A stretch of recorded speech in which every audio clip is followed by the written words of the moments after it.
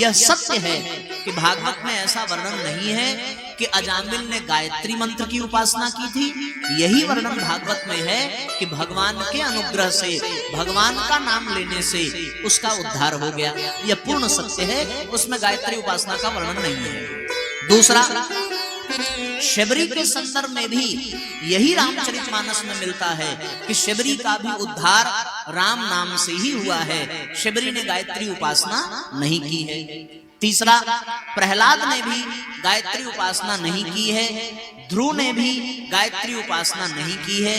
इन सब का उद्धार भगवान के ही नाम लेने से, भगवान की तपस्या करने से, भगवान का सानिध्य पाने से हुआ है।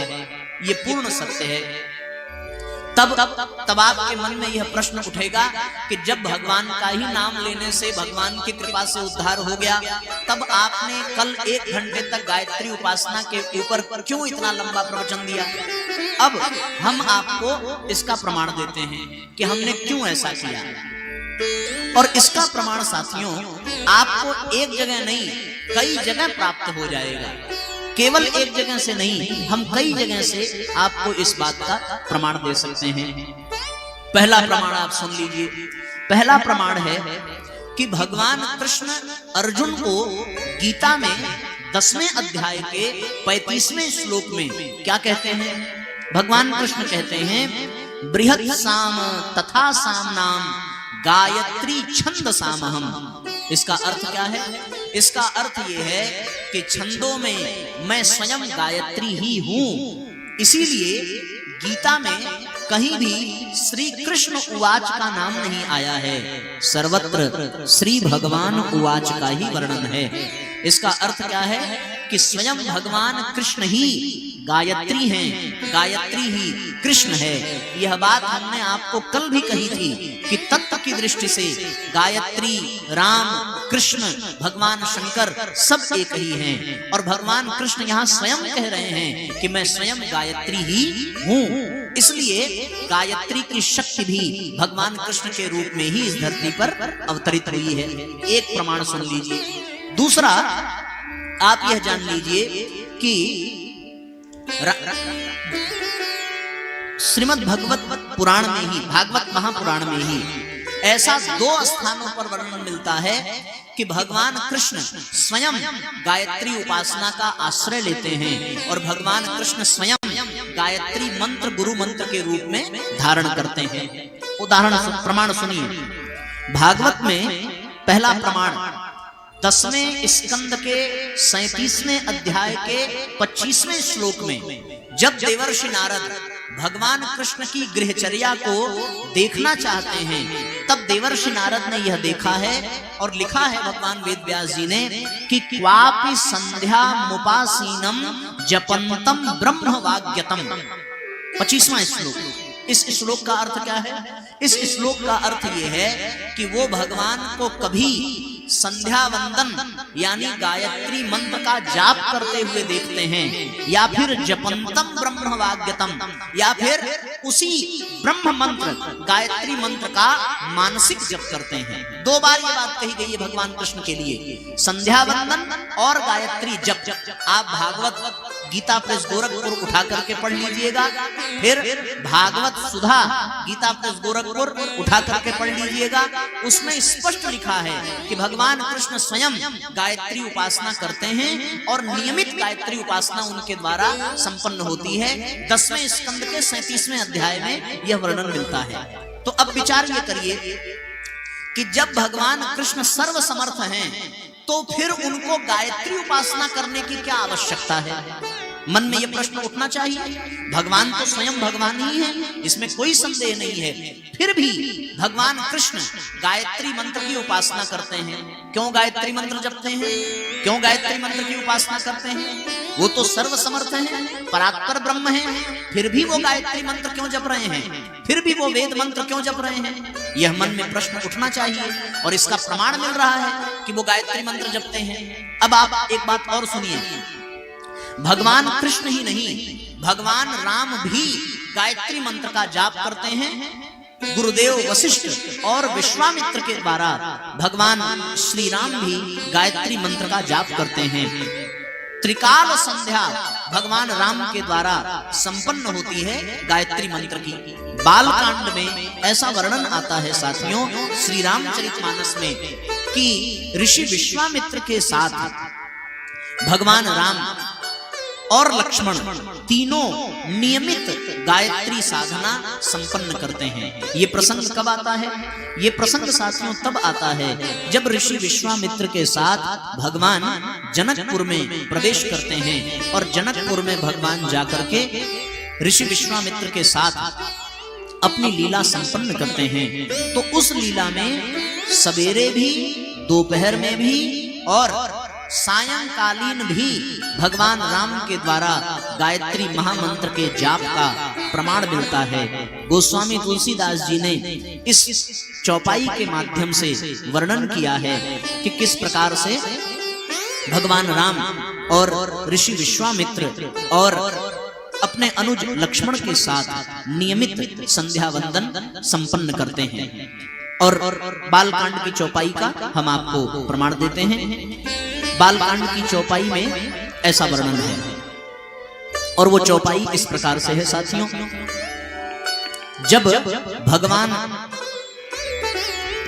जनकपुर का दर्शन करके वापस लौट करके आते हैं और जनकपुर में समस्त नगरपुर वासियों को अपने स्वरूप का दर्शन कराते हैं, सबको आनंदित करते हैं, तब गोस्वामी जी लिखते हैं कि निशि प्रवेश मुनि आयसु दीन्हा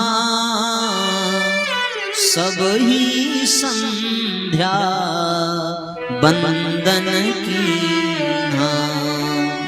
लौट करके जब आए तब गुरु की अनुमति पा करके सब ही संध्या वंदन कीन्हा।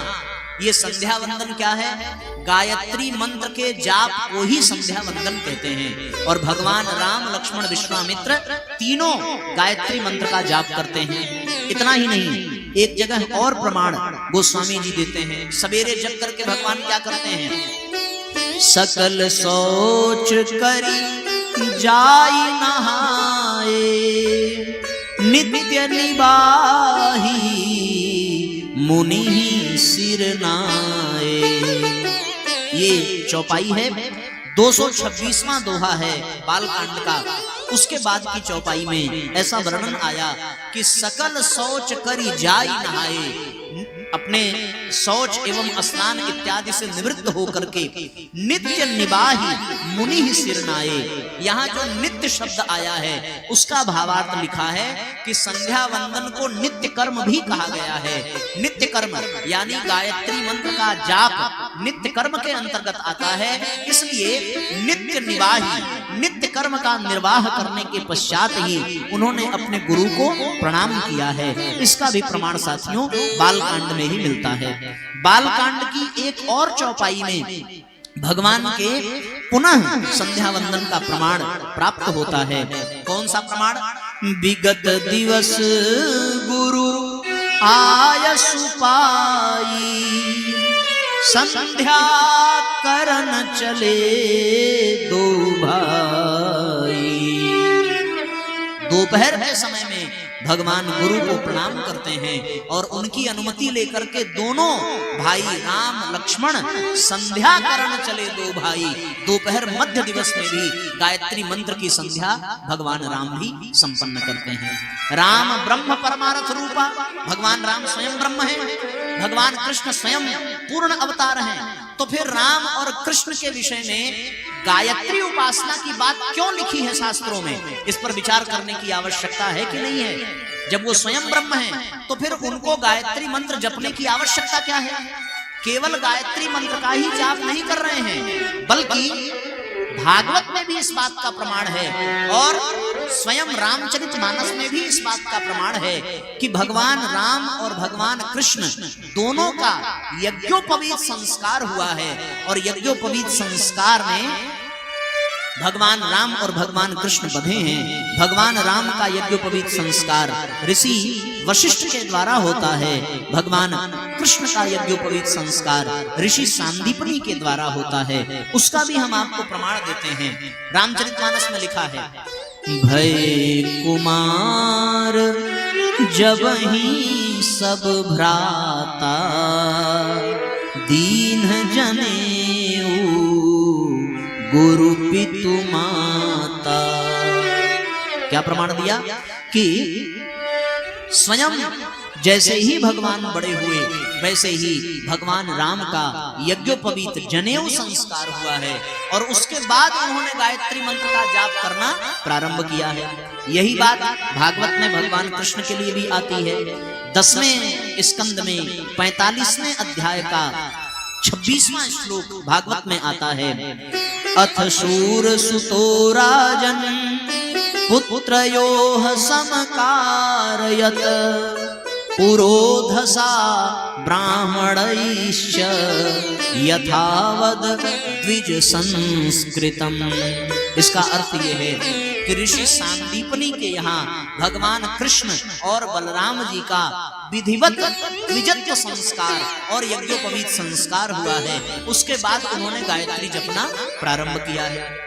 तो ये तो हमने आपको प्रमाण दे दिया कि भगवान राम भगवान कृष्ण भी गायत्री जपते हैं और यज्ञोपवीत संस्कार करा करके गायत्री जपते हैं, गुरु दीक्षा लेकर के गायत्री जपते हैं। अब हम आपको यह बताना चाहते हैं, देवी भागवत का प्रमाण अब हम आपको देना चाहते हैं। देवी भागवत का प्रमाण भी आप बहुत सावधानी से सुन लीजिए। भगवान राम और भगवान कृष्ण किसके अवतार हैं बताइए, जल्दी से बताइए। भगवान राम और भगवान कृष्ण किसके अवतार हैं? भगवान विष्णु के अवतार हैं।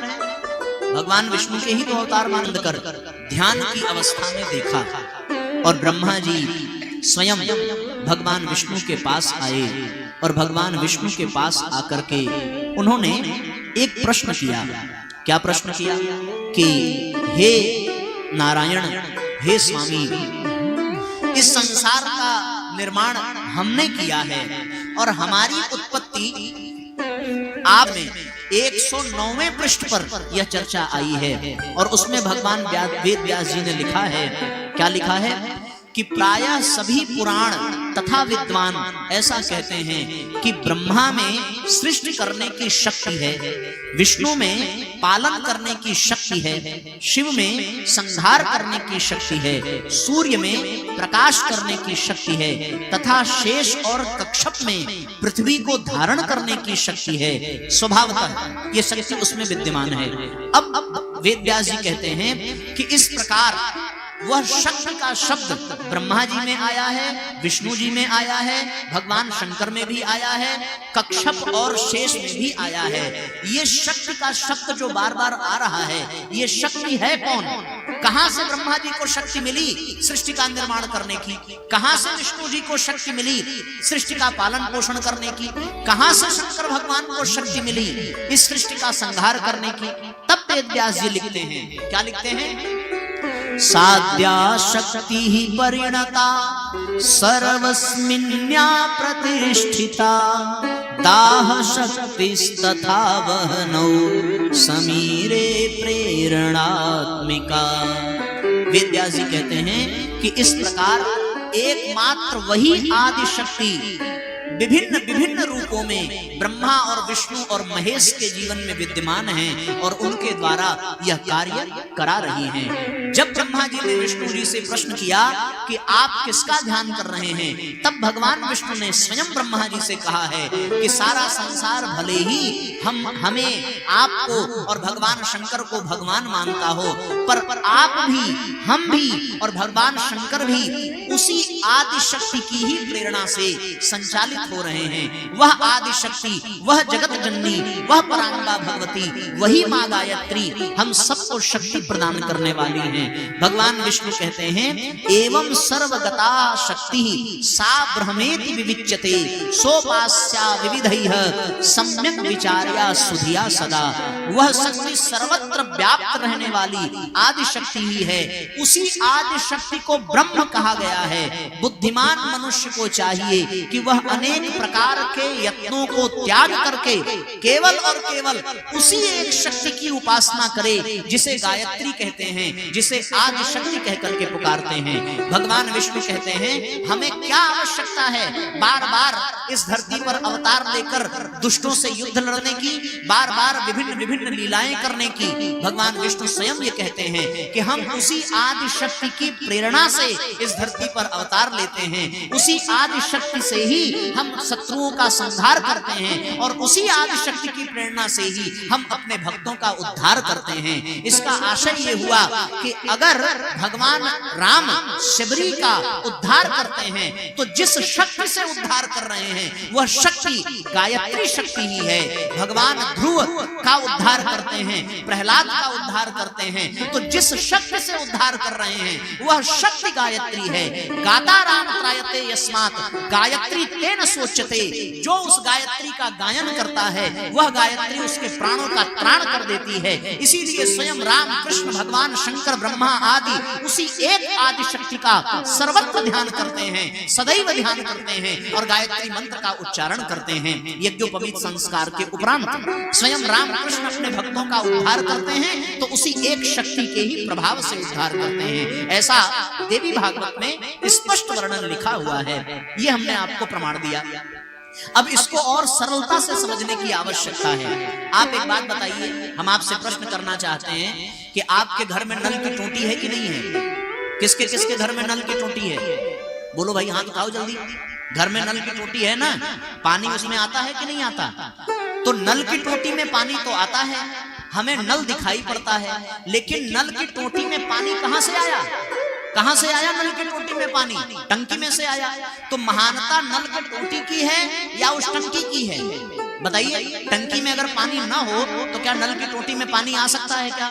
कभी नहीं आ सकता। इसलिए अगर टंकी में पानी है तभी नल की टोटी में पानी आएगा। लेकिन एक बात और पूछना चाहते हैं कि टंकी में पानी कहां से आया? जमीन में से आया। तो महिमा किसकी है? धरती में विद्यमान जल की महिमा अधिक है, उसके बाद टंकी की महिमा है, उसके बाद टोटी की महिमा है, उसके बाद गिलास में भरे पानी की महिमा है। मूल स्रोत जल का क्या है? पृथ्वी के अंदर से ही जल निकल करके आ रहा है। उसी प्रकार एक और उदाहरण सुनिए। आपके घर में बिजली का कनेक्शन है कि नहीं है? वो बिजली कहां से आ रही है? ट्रांसफार्मर से आ रही है। तो क्या ट्रांसफार्मर बिजली पैदा करता है क्या? बिजली कहां उत्पन्न हो रही है? बिजली तो पावर हाउस में उत्पन्न हो रही है, वहां से ट्रांसफार्मर में आती है। ट्रांसफार्मर से हमें प्राप्त होती है। हम लोग ट्रांसफार्मर का बिल नहीं भरते हैं, हम लोग पावर हाउस का बिल भरते हैं। इसी प्रकार साथियों, शक्ति देखने में ऐसा प्रतीत होगा कि भगवान राम भगवान कृष्ण से आ रही है, पर भगवान राम और भगवान कृष्ण में शक्ति कहां से आ रही है? उसी आदि शक्ति, उसी परात्पर ब्रह्म मां गायत्री से आ रही है। इसीलिए गायत्री को वेद माता, देव माता, विश्व माता कहा गया है। यह राम और कृष्ण की भी माता है। गायत्री को साक्षात ब्रह्म कहा गया है। शतपथ ब्राह्मण में वर्णन मिलता है, गायत्री गायत्री ब्रह्म, ब्रह्म वै गायत्री। गायत्री ही ब्रह्म है, ब्रह्म ही गायत्री है। उसी ब्रह्म की स्फूर्णा से भगवान विष्णु, ब्रह्मा जी और शिव जी अपना समस्त कार्य पूर्ण करते हैं। इसलिए मूल शक्ति क्या है? मूल शक्ति साथियों केवल और केवल गायत्री की ही शक्ति है। वह गायत्री समस्त प्राणियों का त्राण करने वाली है। अब गायत्री शब्द का अर्थ सुन लीजिए। गाय का तात्पर्य क्या है? ग को गौ कहते हैं। गौ का एक अर्थ गाय भी है, गो का एक अर्थ इंद्रिय भी है और गो का एक अर्थ धरती भी है। गायत्री का अर्थ क्या हो गया? ग यानी धरती और यत्र त्र यानी त्राण।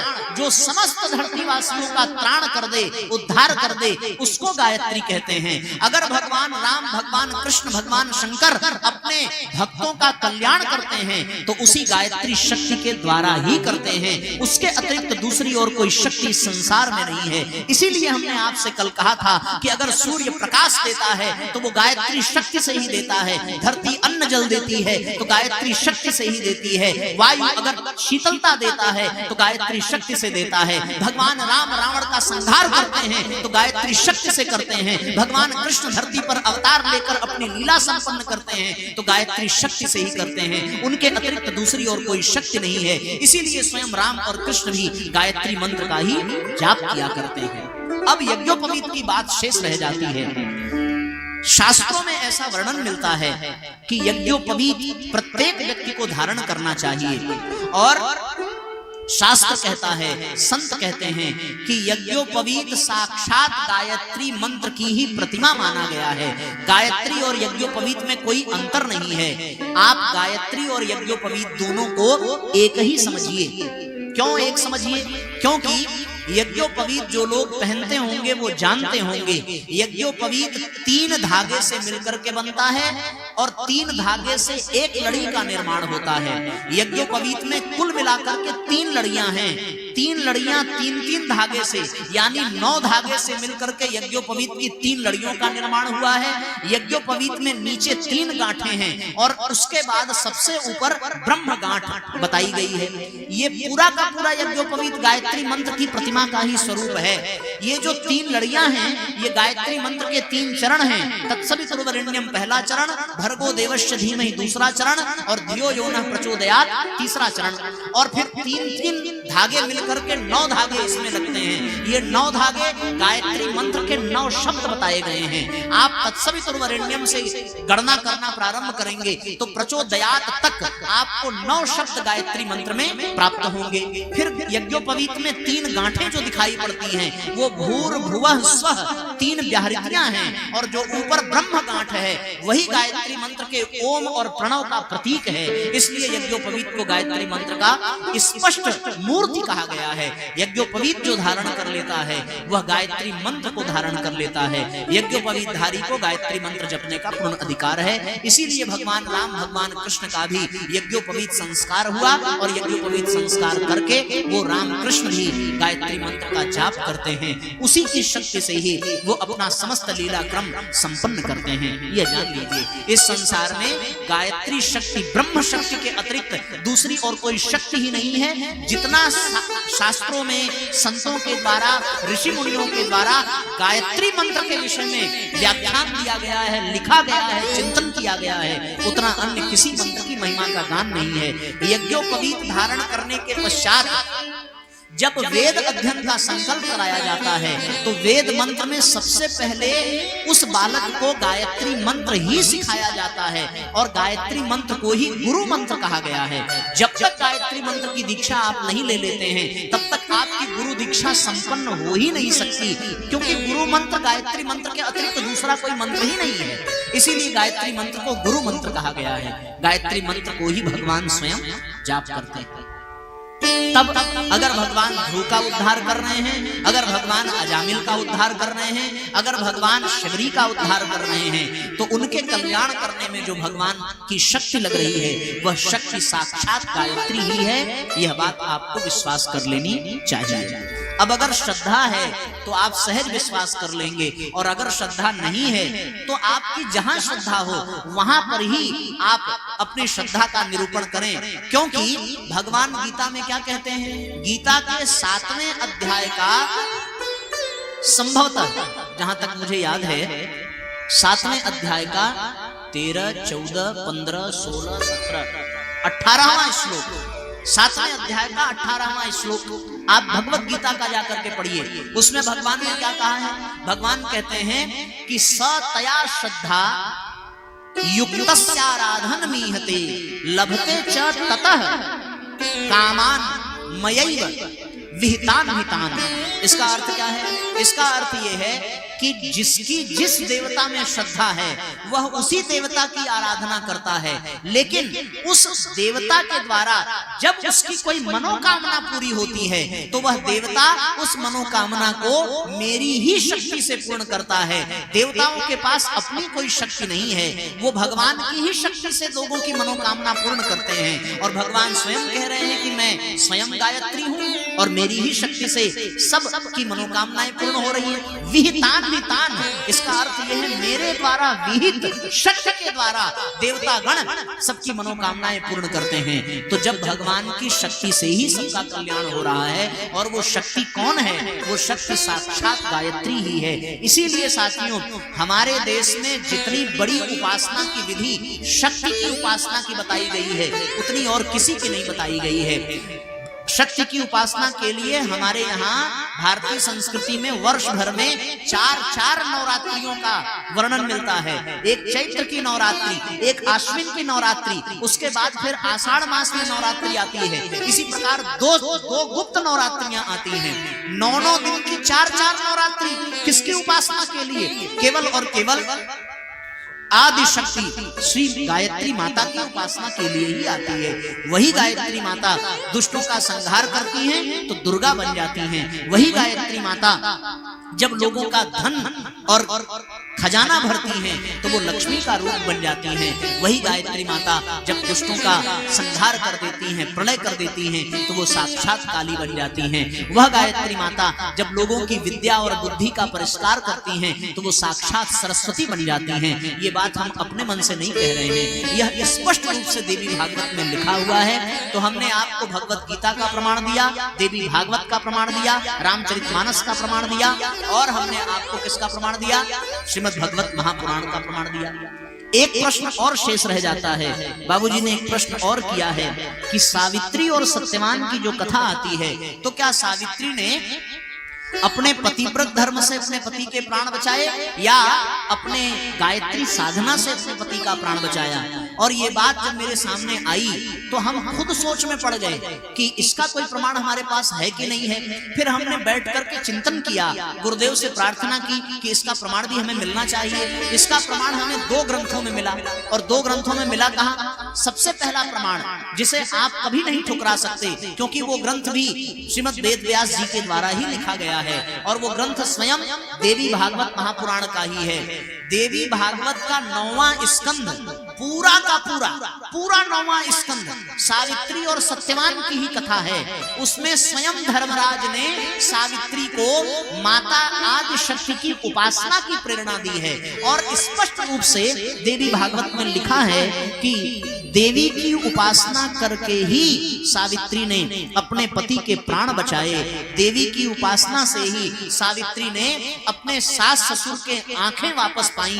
देवी की उपासना से ही उनके सास ससुर राज्य सुख को पाते हैं। और अंत में 9वें स्कंद में 38वें अध्याय में 15वें और 16वें श्लोक में वर्णन आता है सावित्री और सत्यवान के लिए, क्या कि सवितुश्चाधिदेवी या मंत्राधिष्ठात्री देवता सावित्री यपि वेदानाम सावित्री तेन कीर्तिता, कि सावित्री अपने पति सत्यवान के साथ स्वयं भगवती के लोक में जाकर के निवास करती हैं, और वही सावित्री सविता की अधिष्ठात्री देवी होकर सूर्य के ब्रह्म प्रतिपादक गायत्री मंत्र की अधिदेवता होने तथा संपूर्ण वेदों की जननी होने से जगत में सावित्री के नाम से विख्यात होती हैं, प्रसिद्ध होती हैं। ये 95वां श्लोक 9वें स्कंद का 38वें अध्याय का यहाँ पर स्पष्ट आया है।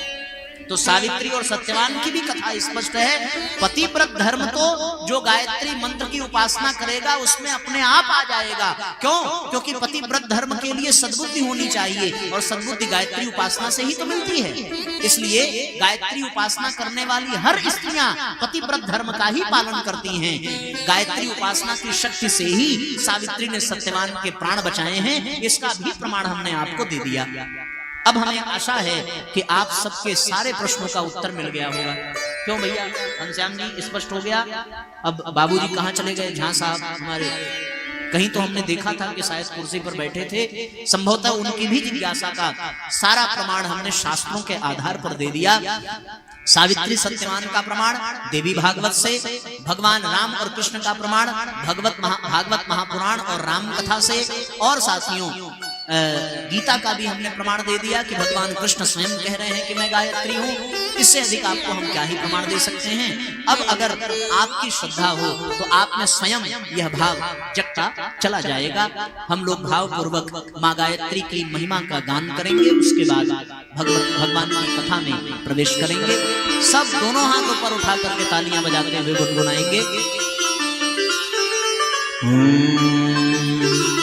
त्रिपदा गायत्री के मंत्र का जाप करे जो निश दिन,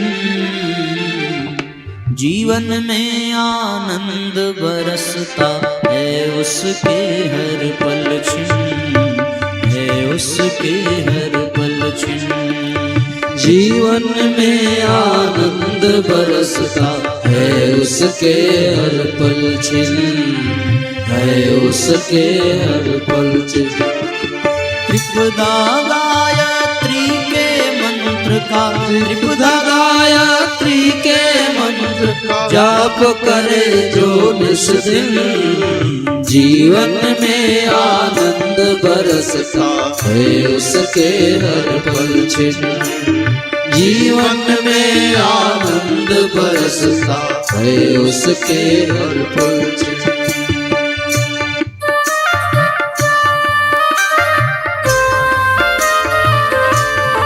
दोनों हाथ ऊपर उठा करके एक साथ तालियां बजाइए।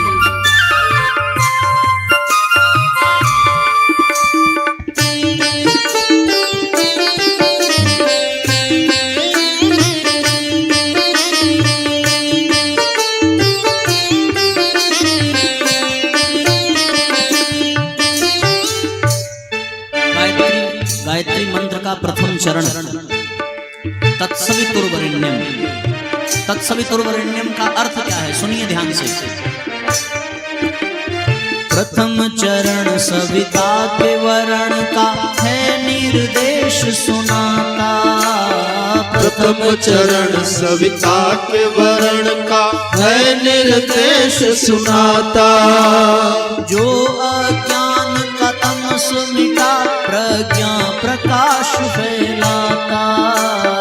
जो अज्ञान का तमस मिटा प्रज्ञा प्रकाश फैलाता।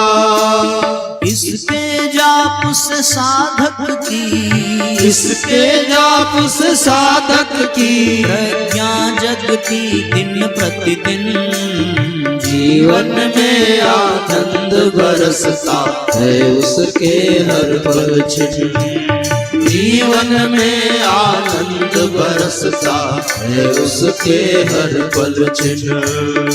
ओम भूर्भुवः स्वः तत्सवितुर्वरेण्यं भर्गो देवस्य धीमहि धियो यो नः प्रचोदयात्। भूर्भुवः स्वः तत्सवितुर्वरेण्यं भर्गो देवस्य धीमहि धियो यो नः प्रचोदयात्।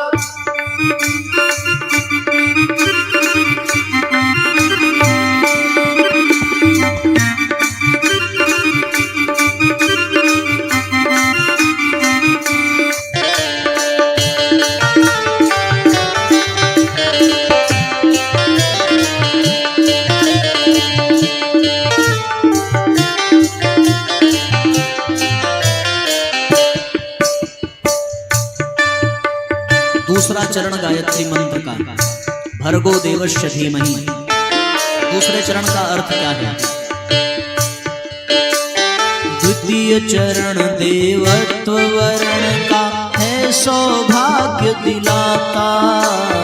द्वितीय चरण देवत्व वर्ण का है सौभाग्य दिलाता। सद्गुण जीवन में विकसाता है सद्ज्ञान बढ़ाता। सद्गुण जीवन में विकसाता है सद्ज्ञान बढ़ाता। कोटि कोटि जन्मों के सारे, कोटि कोटि जन्मों के सारे पाप मिटाता गिन गिन। जीवन में आनंद बरसता है उसके हर पल छिन्न। जीवन में आनंद बरसता है उसके हर पल छिन्न। ओम भूर्भुवः स्वः तत्सवितुर्वरेण्यं भर्गो देवस्य धीमहि धियो यो नः प्रचोदयात्। ओम भूर्भुवः स्वः तत्सवितुर्वरेण्यं भर्गो देवस्य धीमहि धियो यो नः प्रचोदयात्।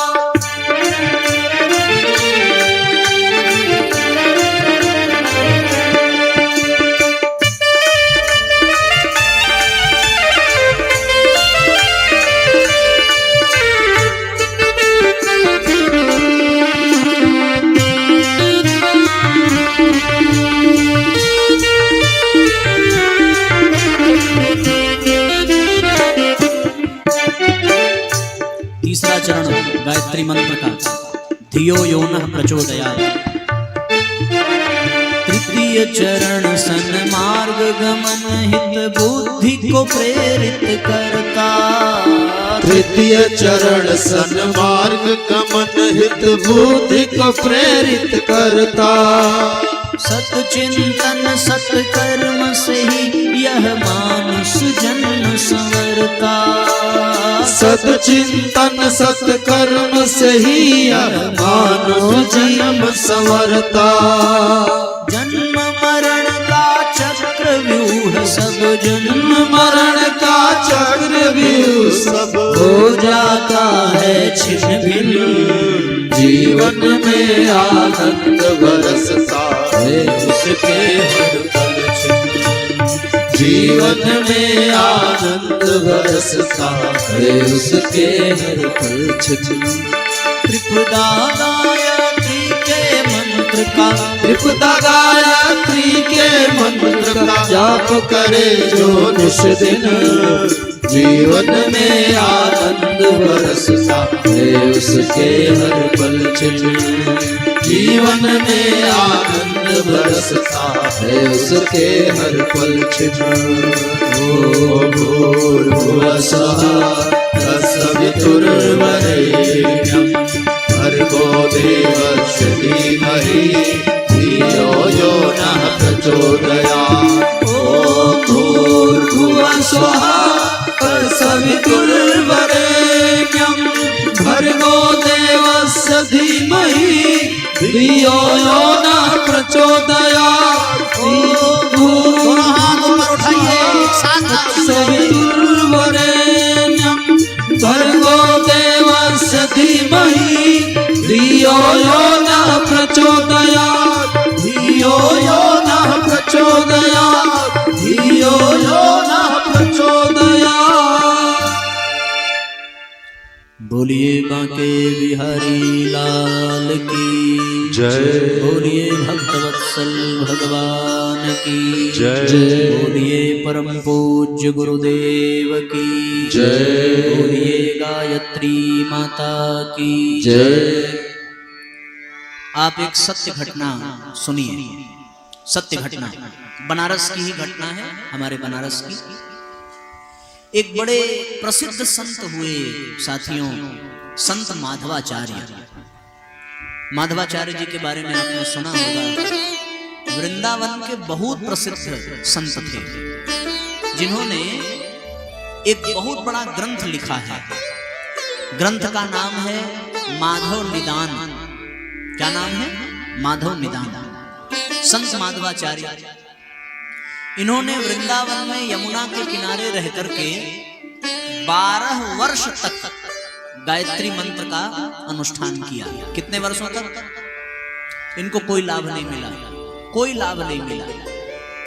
एक दिन इनके मन में आया कि हमारे इतने वर्षों की साधना बेकार हो गई, इससे अच्छा तो हम कोई और देवता का पूजन करते, राम नाम जपते, कृष्ण नाम जपते, या तंत्र की साधना करते तो हमें तुरंत सिद्धि मिल जाती।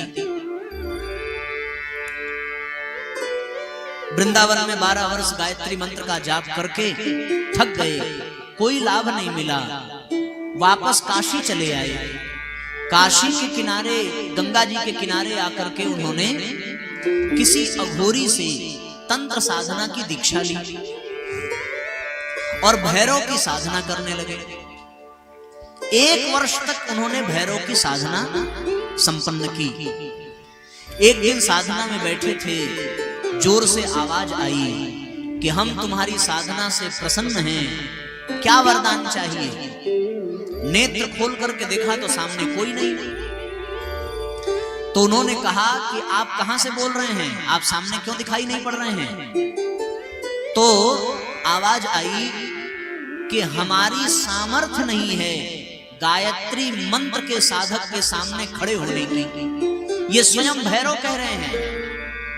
यह सत्य घटना हम बता रहे हैं। एक नहीं, अनेकों ग्रंथ में इस बात का प्रमाण है। भैरव कहते हैं।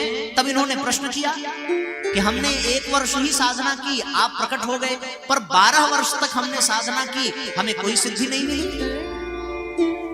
तब भैरव ने बात कही कि वास्तव में गायत्री साधना सात्विक साधना है। जितना जल्दी पापों का शमन गायत्री मंत्र की साधना से होता है, उतना अन्य किसी मंत्र की साधना से नहीं होता। आपके पूर्व जन्मों के इतने पाप एकत्रित थे कि 12 वर्ष की साधना आपके उन जन्म जन्मांतर के पापों को काटने में चली गई। अगर आप 1 वर्ष की साधना और कर लेते तो आपको गायत्री माता का साक्षात्कार हो जाता। अब तो भैया इनकी खुशी का ठिकाना नहीं। इन्होंने तुरंत भैरव जी को प्रणाम किया, काशी छोड़ करके फिर वृंदावन गए। उसी स्थान पर फिर 1 वर्ष गायत्री साधना की और 1 वर्ष पूर्ण हो जाने पर उनको गायत्री माता का साक्षात्कार हुआ और उन्होंने तब जाकर के माधव निदान ग्रंथ लिखा। आज भी उनका लिखा हुआ माधव निदान ग्रंथ आयुर्वेदाचार्यों के लिए बहुत बड़ा सहायक है, इसमें कोई दो राय नहीं है। वो गायत्री साधना का ही प्रमाण है। साथ ये जान लीजिए, परम पूज्य गुरुदेव ने गायत्री मंत्र के विषय में एक बड़ी पुस्तक लिखी है, एक ग्रंथ लिखा है, गायत्री महाविज्ञान। और गायत्री महाविज्ञान में गिनती से हम आपको बता रहे हैं, कम से कम 700-800 प्रमाण दिए गए हैं उन लोगों के जिन्होंने गायत्री मंत्र की उपासना की है। यह जान लीजिए, ये केवल गुरुजी की बात नहीं, प्राचीन काल के जितने भी ऋषि मुनि रहे हैं उन सब ने एक स्वर में गायत्री का बखान किया है, एक स्वर में। हम आपको प्रमाण देते हैं, और प्रमाण क्या है? प्रमाण यह है साथियों, ऋषि वेदव्यास जी गायत्री मंत्र के विषय में क्या कहते हैं। गायत्री मंत्र के विषय में ऋषि वेदव्यास जी का कहना है कि गायत्री साधना करने वाले जितने भी लोग हैं उन सबको यह बात सावधानी से श्रवण कर लेनी चाहिए कि जिस प्रकार से 56 प्रकार के व्यंजन से भरी हुई थाली को छोड़कर कोई मूर्ख व्यक्ति कटोरा लेकर के भीख मांगता है। बहुत ध्यान से सुनिएगा, भगवान वेदव्यास जी क्या लिख रहे हैं कि जिस प्रकार 56 प्रकार से व्यंजन भरी हुई थाली को ठुकरा कर कोई कटोरा लेकर के भीख मांग रहा हो, उसी प्रकार आज के समय में लोग गायत्री मंत्र की साधना छोड़कर नाना प्रकार की साधना में उलझ करके दम तोड़ देते हैं, उन्हें कोई लाभ मिलता नहीं है। ये भगवान वेदव्यास जी ने लिखा है। रामकृष्ण परमहंस क्या कह रहे हैं? रामकृष्ण परमहंस कह रहे हैं कि बड़ी बड़ी साधना जो न कर सके वो केवल एक छोटे गायत्री मंत्र की साधना अगर अपने जीवन में कर ले तो उसे वो समस्त रिद्धियां सिद्धियां प्राप्त हो जाएंगी जो बड़ी बड़ी साधनाओं से प्राप्त हो सकती है। ऋषि भरद्वाज कहते हैं कि गंगा से अधिक पवित्र कोई तीर्थ नहीं है, भगवान कृष्ण से बड़ा कोई देवता नहीं है, उसी प्रकार गायत्री मंत्र से बड़ा न कोई दूसरा मंत्र हुआ, न है, न कभी भविष्य में होगा। ये ऋषि भरद्वाज का कथन है। भगवान वेदव्यास जी ने एक स्थान पर फिर से लिखा है कि जिस प्रकार दूध का सार घी है और मधुमक्खियों के द्वारा चूसे गए पुष्पों के रस का सार शहद है, उसी प्रकार समस्त वेदों का सार, समस्त शास्त्रों का सार केवल और केवल गायत्री मंत्र है। जो गायत्री मंत्र को जीवन में धारण कर लेता है उसके जीवन में समस्त शास्त्र और समस्त वेदों का ज्ञान अवतरित हो जाता है। ये ऋषि वेदव्यास कह रहे हैं। एक बड़े दिव्य ऋषि हुए शंख ऋषि। शंख ऋषि का कथन है कि नरक में गिरने वाले व्यक्ति को गायत्री माता हाथ पकड़ करके ऊपर उठा देती हैं, इतनी सामर्थ्य है गायत्री में। गायत्री मंत्र के जो स्वयं ऋषि विश्वामित्र हैं उन्होंने कहा है कि जितना वेद उपनिषद ज्ञान दान यज्ञ तप सब कुछ आप करके और सारा वेद ज्ञान यज्ञ तप दान सब एक पलड़े पर रखिए और दूसरे पलड़े पर केवल गायत्री मंत्र की साधना रखिए, तो गायत्री साधना का प्रभाव समस्त वेद दान तप आदि सबसे बढ़कर के होगा। ये स्वयं ऋषि विश्वामित्र ने कहा है।